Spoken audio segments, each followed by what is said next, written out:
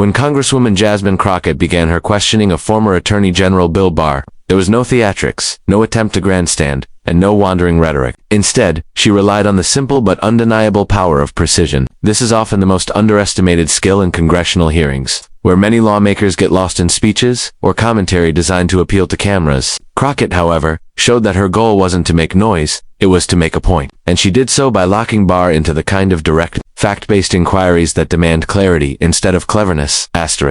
Bill Barr has built his reputation on being a sharp legal mind, one who knows how to maneuver through questioning with language that is carefully crafted. Throughout his career, he has been known for using long, layered answers, filled with legal nuance, to soften or redirect uncomfortable topics. This strategy works well against vague or poorly formed questions, where a witness can dance around the edges without ever addressing the heart of the issue. But Crockett didn't give him that room. Each of her questions was structured in a way that narrowed down his options. He could either answer directly, or he could be seen by everyone as avoiding accountability.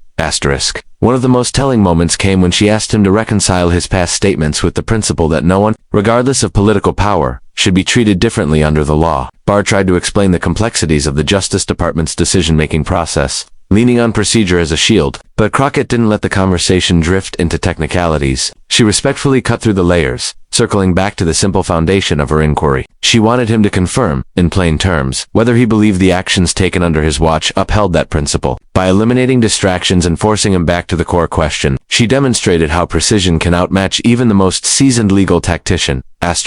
Barr's frustration wasn't born from shouting or insults. It came from the fact that his usual tools weren't working. He has faced hostile interviewers and skeptical reporters before, but those moments often allowed him to reframe the narrative, relying on vague explanations or shifting the conversation elsewhere. In this setting, Crockett's approach made that impossible. The more she narrowed her questions, the more difficult it became for Barr to provide an answer that satisfied both the Congresswoman and the audience listening. Another layer of precision in her questioning was the way she tied his answers back to his oath of office. She reminded him, not with hostility but with clarity, that his role as Attorney General was to serve the Constitution first, not any individual. Each time Barr attempted to steer the conversation toward political context or broader justifications, Crockett returned to this central point. The effect was striking. It placed Barr in a position where any attempt to sidestep would appear as if he was unwilling to affirm his basic duty.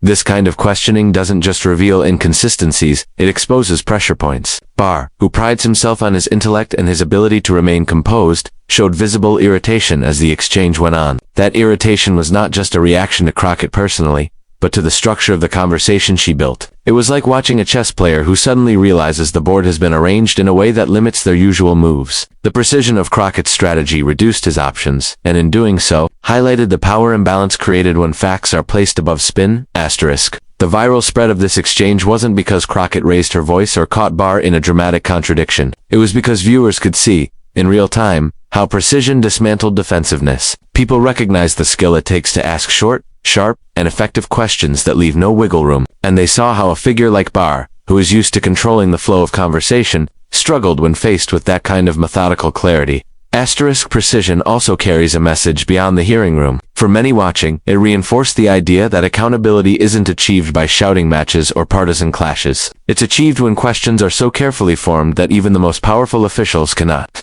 dodge them without revealing their discomfort. Crockett's line of questioning reminded everyone that simplicity can be more effective than complexity, and that sometimes the sharpest tool in politics isn't volume, it's accuracy. The exchange between Congresswoman Jasmine Crockett and former Attorney General Bill Barr became memorable not only because of the questions themselves, but because of the stark contrast in demeanor between the two. On one side of the table sat Barr, a man who had spent decades inside the highest corridors of power, someone who had learned to project authority and confidence even under scrutiny. On the other side sat Crockett.com/measured and steady in her delivery. This difference, composure versus frustration, became the defining image of the moment.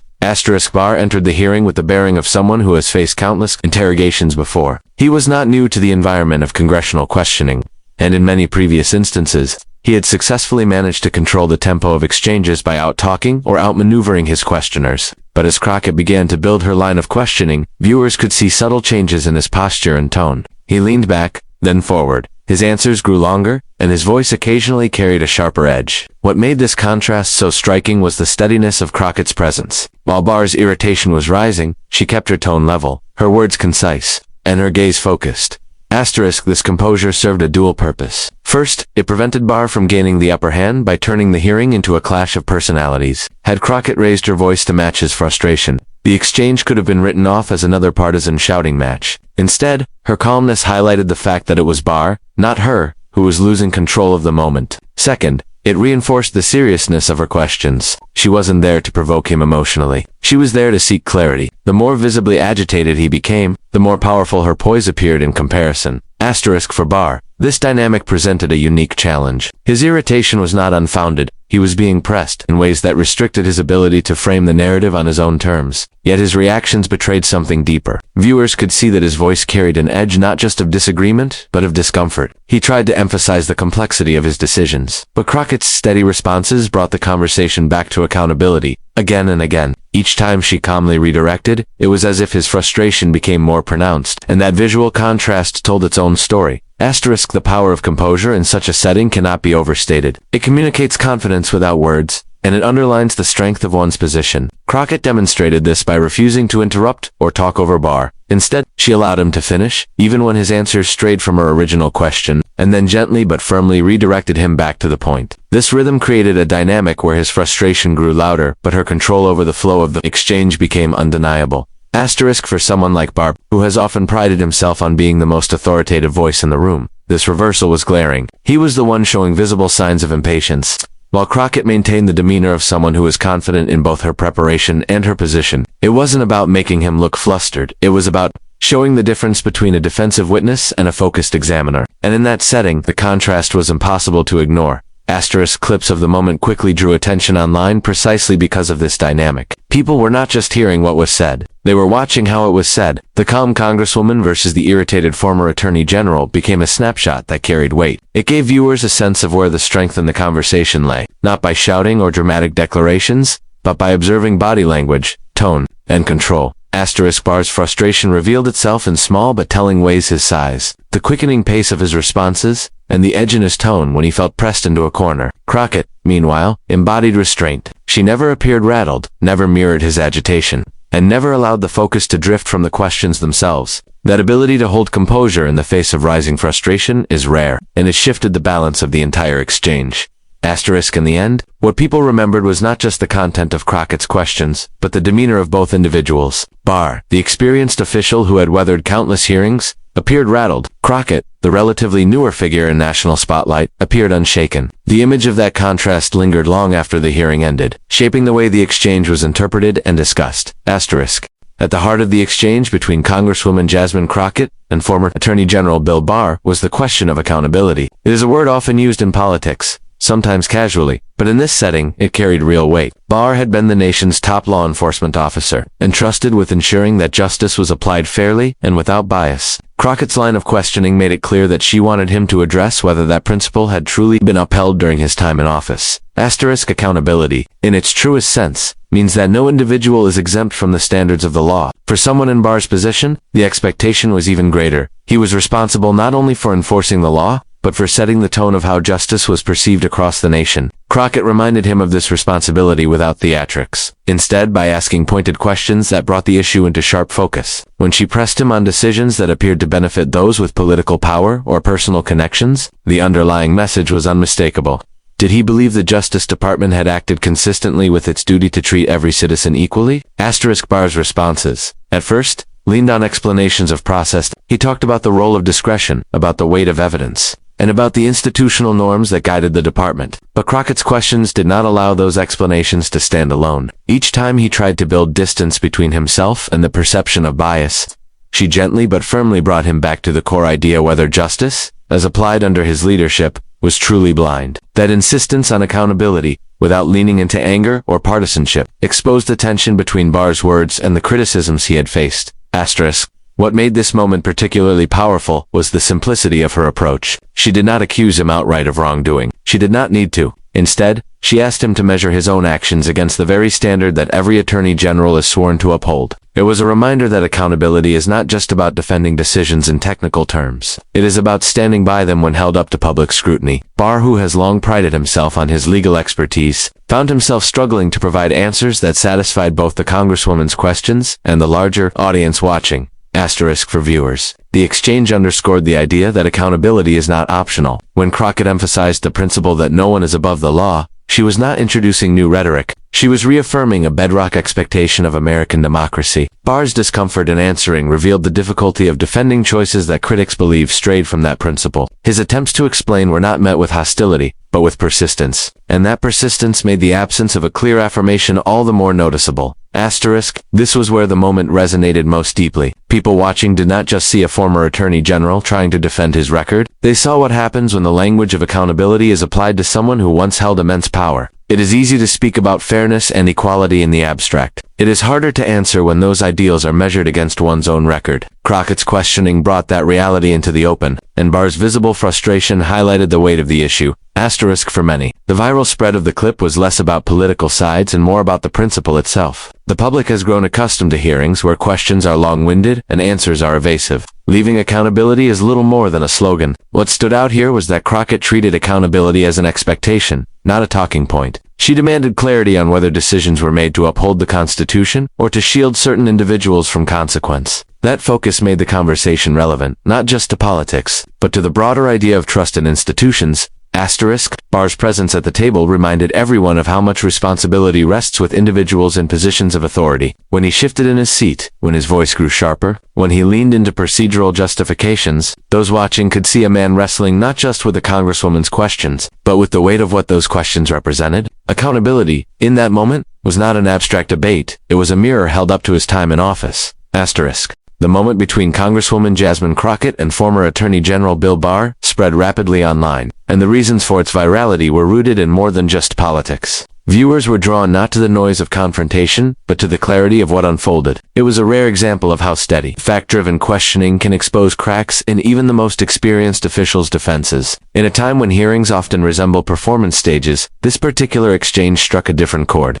And that difference is why people shared it widely. Asterisk Barr is no stranger to public attention. His long career, including 2 terms as Attorney General under different presidents, has placed him in front of cameras countless times. He is skilled at presenting himself as composed, authoritative, and confident, often relying on his deep knowledge of law and government to control conversations. But in this moment with Crockett, that image faltered. It wasn't because of a dramatic slip of the tongue or a heated outburst. It was because his frustration was visible while hers was not. That imbalance became the story that people replayed and passed along. Asterisk. Crockett's.com persistence stood out in sharp contrast. Social media users quickly noted how she did not need to raise her voice or deliver a theatrical line to hold her ground. Her questions were clear, her tone unwavering, and her focus unshaken. That demeanor made Barr's irritation seem louder than it actually was. A sigh, a sharper tone, or a longer than necessary explanation became amplified against her steady composure. What people saw was not a clash of equals, but a test of accountability, where only one side appeared to remain in control of the exchange. Asterisk. The virality of the clip also reflected a hunger for authenticity. Audiences have grown used to political theater, where exchanges are designed for sound bites and dramatic moments are manufactured. This was different. The interaction did not look rehearsed or exaggerated. It unfolded in real time, with Barr trying to maintain control and Crockett calmly steering the conversation back to her point. That organic quality made the moment feel genuine.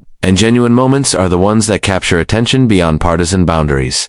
Asterisk for Barr. The spread of the clip carried an irony. A man who had carefully cultivated his public image over decades was suddenly remembered, not for his long explanations or his intellectual arguments, but for appearing rattled under the weight of straightforward questions. People did not dissect the technicalities of his answers as much as they focused on his visible discomfort. In an era where perception often matters as much as substance, this became the lasting impression of the exchange. Asterisk another reason the moment resonated so widely was its symbolism. Viewers saw a seasoned figure of authority, someone who had held immense power, being pressed by a relatively newer voice in Congress. The generational and stylistic contrast gave the moment additional weight. Barr represented the old guard, accustomed to controlling the narrative with experience and authority. Crockett represented a newer approach, direct, unflinching, and unwilling to let complicated language obscure accountability. That dynamic created a story that was easy to share, because it symbolized change and challenged assumptions about who could hold power to account. Asterisk. Clips of the exchange quickly circulated with captions emphasizing the contrast, calm versus agitated, accountability versus evasion, clarity versus complexity. Even without sound, the body language spoke volumes. Barr leaning forward, his tone edged with impatience, while Crockett remained composed. Pen in hand, calmly pressing her next point. These visuals carried just as much impact as the words themselves, and they helped the clip spread to audiences who might not normally watch congressional hearings. Asterisk for many people. What made the moment viral was not that it embarrassed Barr, but that it revealed a universal truth. When someone is pressed with precise, fair questions, their reaction tells as much as their words. Barr's reaction, however subtle, was enough to shift attention away from his arguments and toward his demeanor. Crockett's calmness, in turn, became a model for how accountability could be demanded without theatrics. The internet, quick to amplify contrasts, seized on this and made it a conversation that reached far beyond the hearing room. Asterisk in the end. The clip's popularity underscored something important about public perception. People crave moments where the truth seems to cut through the noise, where powerful figures are held to the same standards as anyone else. The Crockett-Barr exchange provided that, not with shouting or spectacle, but with the kind of sharp, clear persistence that left an undeniable impression. And that is why the moment broke through online, leaving many speechless as they watched a former attorney general lose control under the weight of accountability. Asterisk. As the hearing drew to a close, the image of former Attorney General Bill Barr and Congresswoman Jasmine Crockett remained etched in the minds of those who had witnessed it. What made this exchange stand out was not the noise, not the kind of political theater that so often dominates headlines, but rather the striking contrast between two very different approaches to power and accountability. Asterisk. Barr, who has spent decades navigating the complexities of law and government, entered the room with the expectation that his experience would carry him through. His long answers, steeped in legal language and historical references, were meant to display both authority and expertise. Yet as Crockett's steady and precise questions cut through those layers, it became clear that authority alone does not shield one from accountability. Asterisk. Crockett's demeanor told its own story. She never raised her voice, never resorted to dramatics, and never strayed from the purpose of her questioning. Her calm insistence served as a reminder that accountability is not about spectacle, but about persistence and clarity. In her approach, viewers saw a method that was disarmingly simple, yet remarkably effective. She asked the questions that needed to be asked, and when Barr attempted to stretch his answers into wider territory, she patiently guided the conversation back to the core issue. Was justice applied fairly and without favoritism? Asterisk. The effect of this interaction rippled outward. Those in the room may have seen just another congressional hearing, but for audiences online, it became something more. The clip captured an authentic moment, one that revealed not only the substance of the questions,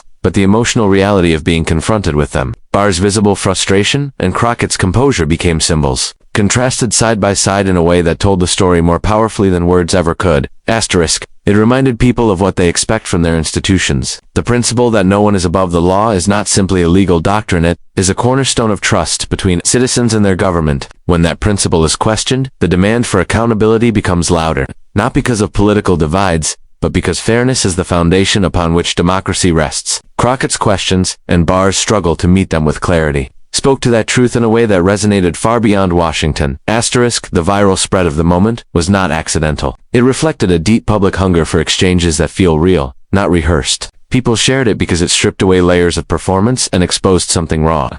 How even the most seasoned officials can be unsettled when held firmly to account. It wasn't about humiliation or triumph, it was about the value of steady persistence and the impact of precision. Asterisk. In the end, the encounter between Barr and Crockett stood as a reminder that accountability is not optional, and that composure in the face of resistance can be just as powerful as any fiery speech. For all its simplicity, the moment left a lasting impression, showing that sometimes the quietest insistence can